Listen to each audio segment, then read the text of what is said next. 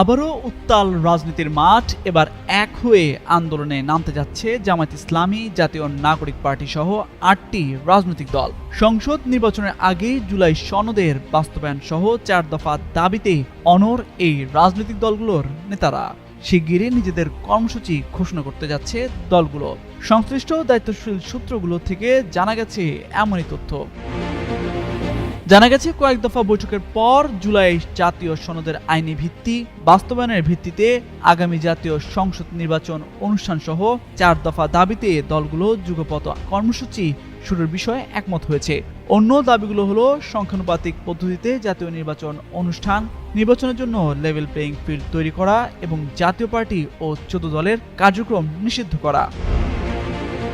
সংশ্লিষ্ট সূত্রগুলো জানায়, এই যুগপৎ কর্মসূচিতে যুক্ত হচ্ছে জামায়াতে ইসলামী, এনসিপি, ইসলামী আন্দোলন বাংলাদেশ, বাংলাদেশ খেলাফত মজলিস, গণ অধিকার পরিষদ, এবি পার্টি ও বাংলাদেশ নেজামে ইসলাম পার্টি।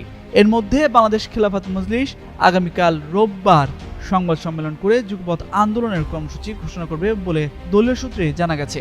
অন্য দলগুলোর শিগগির কর্মসূচি ঘোষণার কথা রয়েছে। আগামী সপ্তাহ থেকে যুগপৎ কর্মসূচি শুরু হতে পারে। ইসলামী আন্দোলনের জ্যেষ্ঠ যুগ্ম মহাসচিব গাজী আতাউর রহমান জানান, তারা আগামী সোমবার পুরানা পল্টনে দলের কেন্দ্রীয় কার্যালয়ে সংবাদ সম্মেলন করে কর্মসূচি ঘোষণা দেবেন। সব দল অভিন্ন কর্মসূচি দিবে। এ বিষয়ে এনসিপির জ্যেষ্ঠ যুগ্ম আহ্বায়ক আরিফুল ইসলাম আদিব জানান, এনসিপি গণপরিষদ নির্বাচনের মাধ্যমে জুলাই সনদ বাস্তবায়ন চায়। অন্য কয়েকটি দল সরাসরি গণপরিষদ নির্বাচনের কথা না বললেও জুলাই সনদের আইনি ভিত্তির বিষয়ে একমত। বিভিন্ন দলের সঙ্গে এটি সহ কয়েকটি বিষয় নিয়ে অনানুষ্ঠানিকভাবে আলোচনা হয়েছে।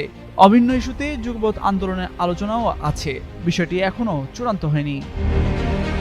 দলগুলোর নেতারা বলছেন, তারা প্রধান উপদেষ্টার ঘোষিত সময় আগামী ফেব্রুয়ারি মাসের প্রথমার্ধে নির্বাচন চান। তবে জুলাই সনদের ভিত্তিতেই সেই নির্বাচন চান তারা।